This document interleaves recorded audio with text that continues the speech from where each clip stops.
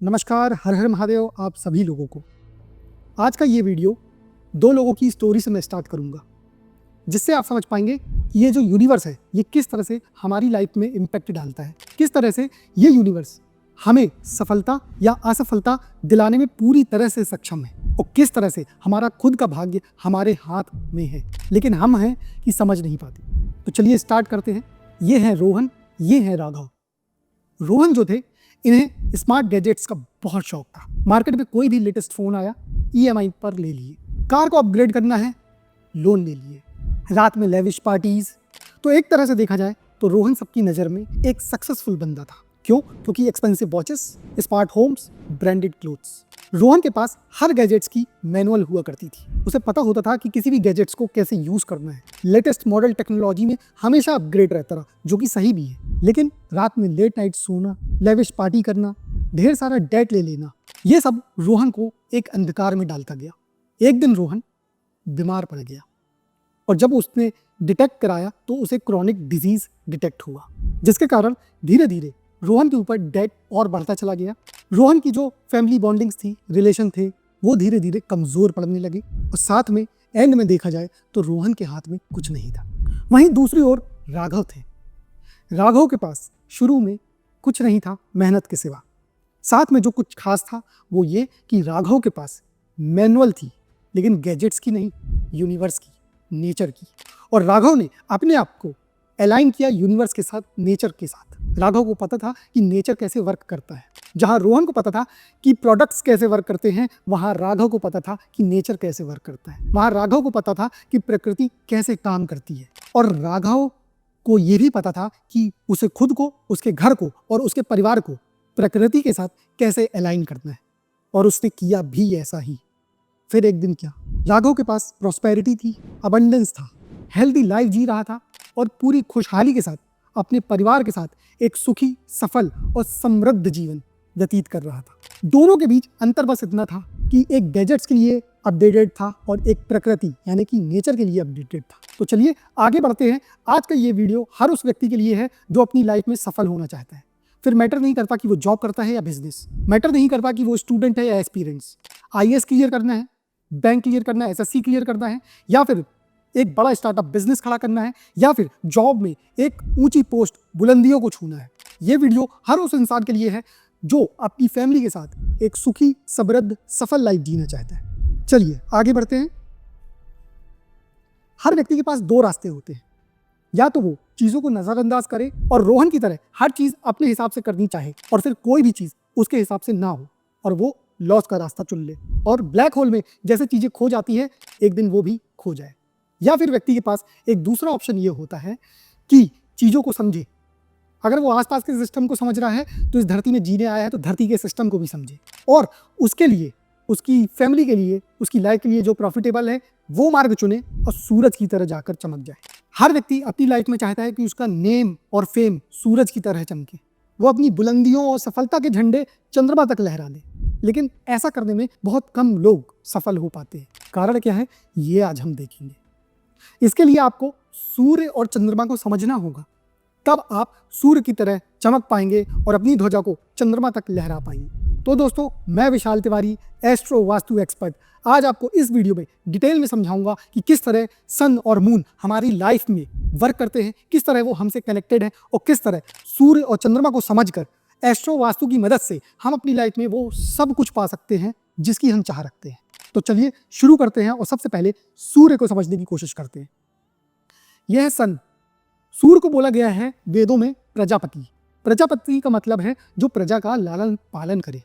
धरती में जितने भी लिविंग बीइंग्स हैं सब प्रजा है, और सूर्य के कारण ही जीवन संभव है। सूर्य के कारण फसलें मिलती हैं, अन्न मिलता है, प्रकाश मिलता है, पेड़ पौधे हैं, ऑक्सीजन है, इसलिए उसे प्रजापति कहा गया है। दूसरा, महाभारत में सूर्य को आई ऑफ द यूनिवर्स कहा गया है, जिसका मतलब ये यूनिवर्स की आंखें हैं। कारण जब आप आंख बंद करते हैं तो अंधकार छा जाता है, लेकिन जैसे ही आप आंख खोलते हैं खुद की तो सब कुछ प्रकाशित हो जाता है, दिखने लगता है, विजिबल हो जाता है। ठीक इसी तरह जब अंधकार होता है तो कुछ नहीं दिखता, लेकिन जैसे ही सूर्य की किरणों से चीज़ें प्रकाशित होती हैं सब चीज़ विजिबल हो जाती है, सब कुछ दिखने लगता है, बिल्कुल साफ साफ। अब इसे आप फिजिकल तौर में भी समझ सकते हैं और स्पिरिचुअल लेवल में भी समझ सकते हैं कि आपको विजन, आपको गोल सब दिखने लगेगा अगर आप सूर्य से कनेक्ट होकर चलेंगे तो। सूर्य सोर्स ऑफ लाइट है, इसलिए इसे एस्ट्रोलॉजी में आत्मा भी कहा गया है, सोल कहा गया है। कारण ये क्योंकि सारी लाइट, सारी ऊर्जा, सारा प्रकाश का सोर्स सूर्य है। सूर्य को एस्ट्रोलॉजी में पिता भी माना गया है। क्यों? क्योंकि सूर्य निरंतर रेगुलरिटी के साथ, डिसिप्लिन के साथ एक फिक्स्ड समय पे आता है और सब अपने बच्चों का लालन पालन करता है, जीवन को संभव बनाता है। तो चलिए एक एक करके हम समझते हैं कि आखिर इसके पीछे की साइंस क्या है और किस तरह सन वर्क करता है। ये बज गए सुबह के 6। हम सबको पता है सुबह 6 बजे सूर्य उदय होता है, ठीक है, हम सब ये जानते हैं। लेकिन क्या सूर्य का काम 6 बजे से स्टार्ट होता है? नहीं। जिस तरह अगर आपकी फ्लाइट सुबह 6 बजे है तो आप रेडी होना शुरू हो जाओगे 3 या 4 बजे से, क्योंकि आपको एयरपोर्ट पहुंचना है बिल्कुल अपने आप को तैयार करके। ये एक एग्जाम्पल के लिए आपको बता रहा हूँ। ठीक इसी तरह सूर्य 6 बजे उदित तो होते हैं, लेकिन इनका काम शुरू हो जाता है 3 बजे से, जिसे हम ब्रह्म मुहूर्त कहते हैं। चलिए एक एक करके हर टाइमिंग को समझते हैं और उस टाइम के हिसाब से अगर आप चलेंगे अपनी लाइफ में तो किस तरह सफलता पा सकते हैं, आज आप खुद कनेक्ट करेंगे। ये बजे सुबह के 3, सुबह 3 बजे सूर्य होता है नॉर्थ ईस्ट डायरेक्शन में, सुबह 3 बजे। ये नॉर्थ ईस्ट डायरेक्शन जो है ये ईशान देवता की है। ईशान देवता यानी कि भगवान शिव की। ये दिशा जो है ये वास्तु में सबसे प्योर दिशा मानी जाती है। यहाँ पे सबसे प्योरेस्ट फॉर्म ऑफ एनर्जी मिलती है हम सब व्यक्तियों को। इसीलिए बोला जाता है कि सुबह ब्रह्म मुहूर्त में उठना चाहिए। बस अंतर इतना है कि सूर्य सुबह दिखता नहीं है, लेकिन इसकी किरणें हम तक आने लगती है। सुबह की जो सूर्य की किरण रहती है, फर्स्ट रे, इसे सावित्री कहते हैं। ये सबसे प्योर रहती है। इसीलिए कहा जाता है कि सुबह अगर आप ध्यान करते हैं, मेडिटेशन करते हैं, गायत्री मंत्र करते हैं तो आपको अमेजिंग रिजल्ट प्राप्त होंगे। आपको बहुत एनर्जी मिलेगी, बहुत ऊर्जा मिलेगी, आप निरोगी रहेंगे, स्वस्थ रहेंगे, आपको कभी डिजीजेस नहीं हो सकते। कारण ये क्योंकि सुबह मिलती है अल्ट्रावायलेट रेज और ये सबसे प्योरेस्ट फॉर्म ऑफ एनर्जी रहती है और इस एनर्जी से व्यक्ति शुद्ध होता है, पवित्र होता है, माइंड भी बिल्कुल खाली हो जाता है, बिल्कुल कामनेस मिलती है और व्यक्ति बाहर से भी सुंदर और स्वस्थ रहता है और अंदर से भी सुंदर और स्वस्थ रहता है। अब जब आगे बढ़ेंगे तो उससे पहले ये जान लीजिए कि ये जो टाइम है 3 बजे से 6 बजे का, ये होता है स्पिरिचुअल अवेकनिंग का टाइम। यहाँ पे आपको मेडिटेशन करना चाहिए, मंत्र जाप करना चाहिए, ध्यान करना चाहिए, या फिर आप अपने प्रोफेशन से रिलेटेड स्टडी कर सकते हैं, क्योंकि वो भी एक जो कर्म है वो पूजा ही है। तो ये टाइम पूजा का है, ठीक है।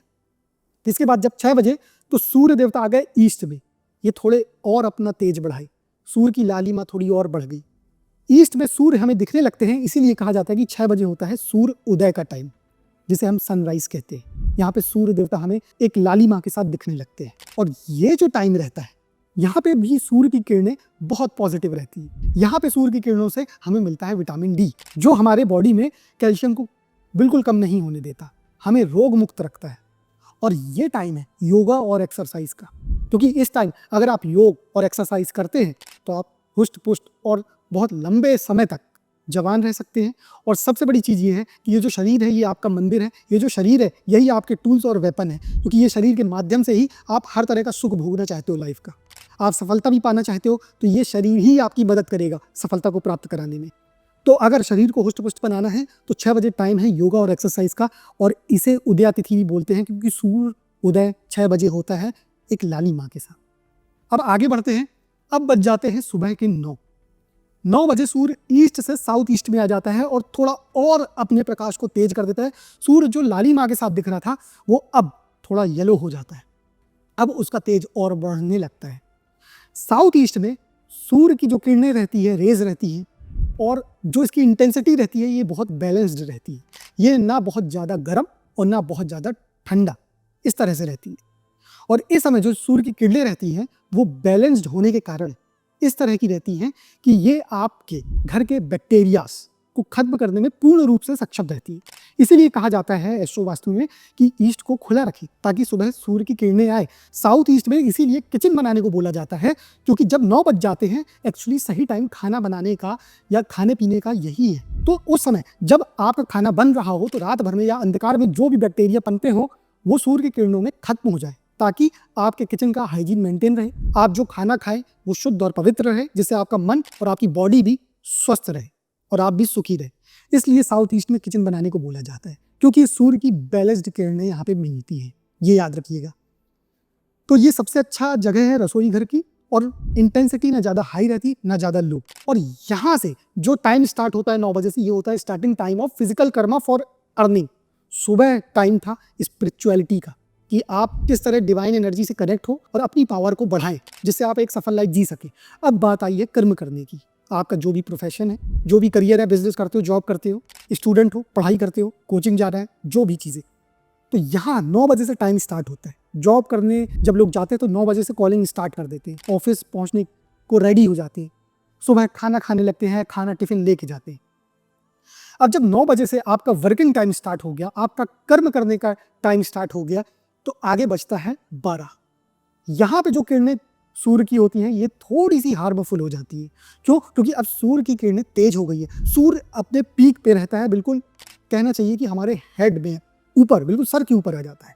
इसकी जो किरणों की इंटेंसिटी रहती है ये बहुत ज़्यादा हो जाती है। ये हमारे स्किन के लिए तो मतलब नुकसानदायक रहती है, इसलिए इन किरणों में ऐसे खुले शरीर के साथ मतलब हाथ पाँव ढक के ही निकलना चाहिए, नहीं तो ये हमारे लिए हार्मफुल हो सकती है। लेकिन सूर्य क्योंकि कुंडली में पिता का कारक है, सूर्य क्योंकि जीवन का कारक है, और 12 बजे सूर्य बिल्कुल पीक पर रहता है, इसीलिए ऑफिसेज में सब लोग 12 बजे बिल्कुल पीक पर रहते हैं, एक नए उत्साह के साथ कि आज ये टारगेट पूरा करना है, आज का दिन सफल बनाना है, उसके लिए पूरी तरह प्रयासरत रहते हैं। कॉल करने वाले कॉल करते हैं लगातार, टीम लीड करने वाले टीम लीड करते हैं।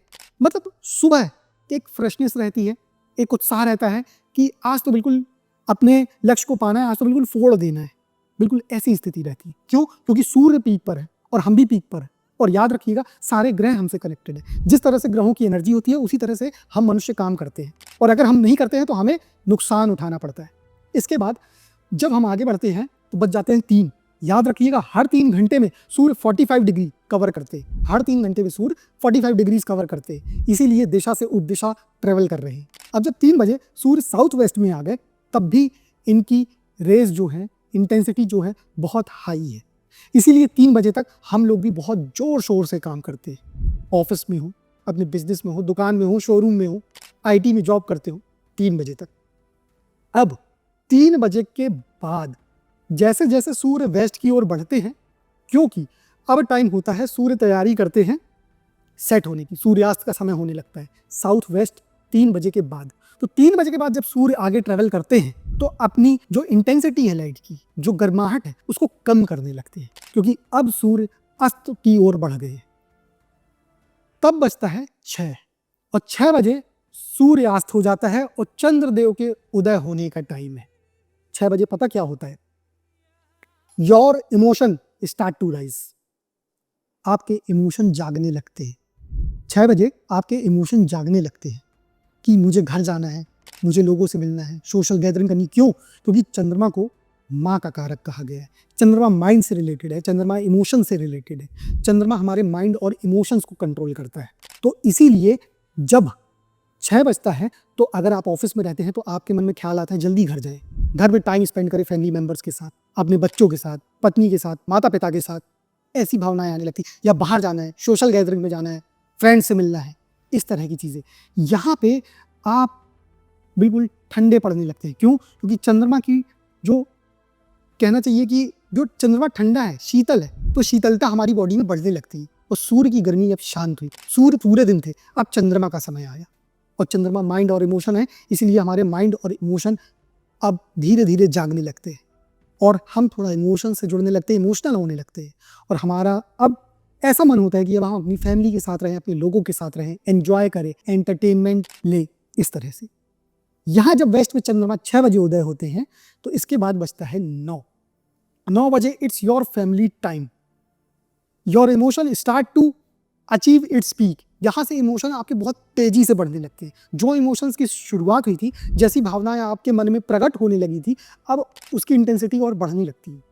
यहाँ लगभग देखा जाए 9 बजे एक स्टैंडर्ड डिनर टाइम भी है।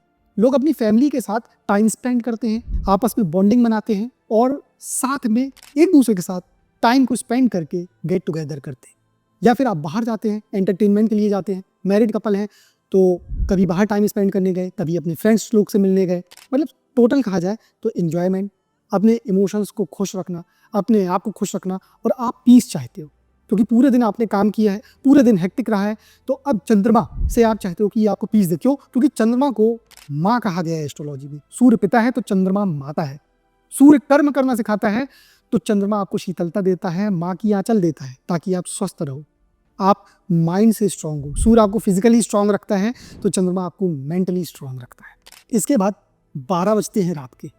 12 बजे मून अपने पीक पर होता है। जिस तरह यहाँ 12 बजे दोपहर के सन साउथ में पीक में होता था, मून नॉर्थ में रात के 12 बजे पीक पर होता है। इसका मतलब समझे आप? इमोशंस बिल्कुल हाई लेवल पर होते हैं। इमोशंस जो हैं आपके, ये बिल्कुल हाई लेवल पर हो जाते हैं। अगर देखा जाए तो आज मैं आपको एक बहुत बड़ा सीक्रेट देता हूँ। रात में 3 ग्रह बहुत ज़्यादा एक्टिव हो जाते हैं, ध्यान देना, और इनको समझ गए तो बहुत सारे क्राइम से भी आप बच सकते हैं। रात में एक चंद्रमा एक्टिव होते हैं, एक शुक्र एक्टिव होते हैं और एक राहु एक्टिव होते हैं। चंद्रमा को तो मैंने आपको बताया और अभी हम चंद्रमा के बारे में पढ़ भी रहे हैं। तो मून जब एक्टिव है तो आपके इमोशंस पीक पर हैं। अब जो गृहस्थ जीवन में लोग हैं, मैरिड कपल्स हैं, वो आपस में टाइम स्पेंड करते हैं, और ये जो 9 से 12 के बीच का टाइम है, ये वो लोग बहुत मतलब इमोशनली एक दूसरे के साथ टाइम स्पेंड करते हैं और जुड़ते हैं। और रात में जब शुक्र भी उदय होते हैं, उनका भी प्रभाव रहता है, तो यही गृहस्थ जीवन को बढ़ाने के काम आता है। जो मैरिड कपल आपस में टाइम स्पेंड करते हैं, वहाँ जो योगदान है वो शुक्र का भी है। अब बात आती है राहु कहाँ आ गए, तो याद रखना, अगर आपने मून को निगलेक्ट किया तो वहाँ पे राहु अपना इम्पैक्ट डाल देंगे, आपको भटका देंगे, क्योंकि राहु भ्रम है, राहु अंधकार है, राहु इल्यूजन है, राहु बदमाश है। रात में प्रकृति की मांग ये है कि जिस तरह साउथ में सुबह 12 बजे सूर्य की मांग थी कि आप फुल एनर्जी के साथ काम करो, अपना कर्म करो ताकि आप अपनी लाइफ में सफल रहो, उसी तरह रात के 12 बजे चंद्रमा यानी कि माता की मांग ये है कि पूरे दिन जो थक गए हो, आओ तुमको मेंटल पीस दे दे, आप आराम करो, सो जाओ, ताकि सुबह फिर अपने पिता सूर्य के साथ काम पर निकल जाओ और अपने जीवन को सफल बनाओ। और जब पूरे दिन हेक्टिक हार्डवर्क करके आए हो तो रात में जब चंद्रमा उदय हो तो अपनी फैमिली के साथ टाइम स्पेंड करो, एक अच्छी बॉन्डिंग बनाओ और रात में माँ के आंचल में सो जाओ, ताकि आपकी बॉडी हील की जा सके, आपकी बॉडी को स्वस्थ किया जा सके, आपके माइंड को स्वस्थ किया जा सके, बैलेंस किया जा सके, आपको पीस और कामनेस दी जा सके, जिससे आप अपने वर्क में और फोकस्ड हो और आप अपनी लाइफ में और आगे बढ़ें और अपने ड्रीम्स को, अपने गोल को अचीव करें। लेकिन जो लोग, जब माता चंद्रमा यहाँ पे आपसे ये टाइम मांगती है कि आओ सो जाओ, शांति से रिलैक्स दो अपनी बॉडी को, क्योंकि अभी तुम्हारी जितनी भी अंदर की जो नसें हैं, नर्वस सिस्टम है, ये बिल्कुल शीतलता से भर गया है। अभी यहाँ सूर्य की एनर्जी नहीं है, यहाँ तुम्हें हार्डवर्क करने की ज़रूरत नहीं है। लेकिन वहीं कुछ लोग रात में करते हैं पार्टीज, रात में बजते हैं तेज तेज गाने, और जब रात में होता है शोर तो वहाँ पे आता है प्रभाव राहु का। राहु भ्रम है, इल्यूजन है। रात में लोग पीते हैं अल्कोहल। जब आपको शांति से, शीतलता से सो जाना है प्रकृति के हिसाब से, तब लोग पीते हैं दारू, रहते हैं नशे में। फिर क्या होता है, जब राहु एक्टिव होता है, जब लोग नशे में आ जाते हैं तो होते हैं क्राइम। कभी छोटी सी बात पे झगड़ा हो जाता है तो एक व्यक्ति दूसरे व्यक्ति का मर्डर कर देता है। रात में कहीं कोई व्यक्ति चोरी कर लेता है, तो रात में कोई दारू के नशे में, रैश ड्राइविंग में एक्सीडेंट कर देता है तो किसी की जान चली जाती है। लॉस दोनों तरफ होता है, क्योंकि किसी व्यक्ति की जान जाती है तो दूसरा व्यक्ति जेल जाता है। क्या हुआ, प्रकृति का आपने उल्लंघन किया, आप राहु की गिरफ्त में आए, आपने चंद्रमा मून अपनी माता की बात नहीं मानी और आपको ये घाटा उठाना पड़ा। तो ध्यान रखिएगा, रात में चंद्र, शुक्र, राहु बलवान होते हैं, राहु से बचिएगा। शुक्र तक गृहस्थ जीवन वालों को ठीक है, और बाकी 12 बजे तक कोशिश करें कि आप सो जाएं, क्योंकि प्रकृति आपसे यही चाहती है, रात में आपकी हीलिंग करना है। सोने का टाइम तो और जल्दी बताया गया, लेकिन फिर भी मैं आज के हिसाब से कह रहा हूँ कि रात में मैक्सिमम से मैक्सिमम 12 बजे तक सो जाए, जिससे चंद्रमा आपको पूरी तरह से हील कर सके, आपको रेडी कर सके अगले दिन के वर्क के लिए। अब जब 12 के बाद 3 बजते हैं तो आ जाता है नॉर्थ ईस्ट का समय। यहाँ पे चंद्रमा तैयारी करते हैं डूबने की, यानी कि चंद्र अस्त होने की तैयारी करते हैं, और सूर्य तैयारी करते हैं राइज होने की। ये नॉर्थ ईस्ट जो डायरेक्शन है, यहाँ पे सूर्य चंद्र उपस्थित रहते हैं और यहाँ पे चंद्रमा डूबने की तैयारी करते हैं। और फिर सुबह 6 बजे यहाँ ईस्ट में चंद्र अस्त हो जाता है और सूर्य का फिर उदय होता है, और फिर वही दिन स्टार्ट होता है। इसलिए आपको कहूँगा कि आपको अगर अपनी लाइफ में आगे बढ़ना है, सफल होना है, समृद्ध होना है, तो जो सबसे पीक और क्रीमी गोल्डन टाइम है वो है ये ब्रह्म मुहूर्त का। ब्रह्म मुहूर्त, ब्रह्म स्वयं ब्रह्म का मुहूर्त है, भगवान शिव का, 3:30 बजे से 5 बजे तक। आज मैंने आपको साइंटिफिक वे में प्रकृति के साथ अलाइन करके चीजें समझाई। क्यों बड़े बड़े ऋषि मुनि साधु संत कहते हैं कि सुबेरे ब्रह्म मुहूर्त में उठो, अपनी दिनचर्या ब्रह्म मुहूर्त से चालू कर दो। 3:30 से 5 बजे के बीच पूरे वर्ल्ड में कुछ ही परसेंट लोग उठते हैं, और जो कुछ परसेंट लोग उठते हैं वो उन्हीं कुछ परसेंट में आते हैं जो मिलेनियर्स और बिलियनियर्स हैं।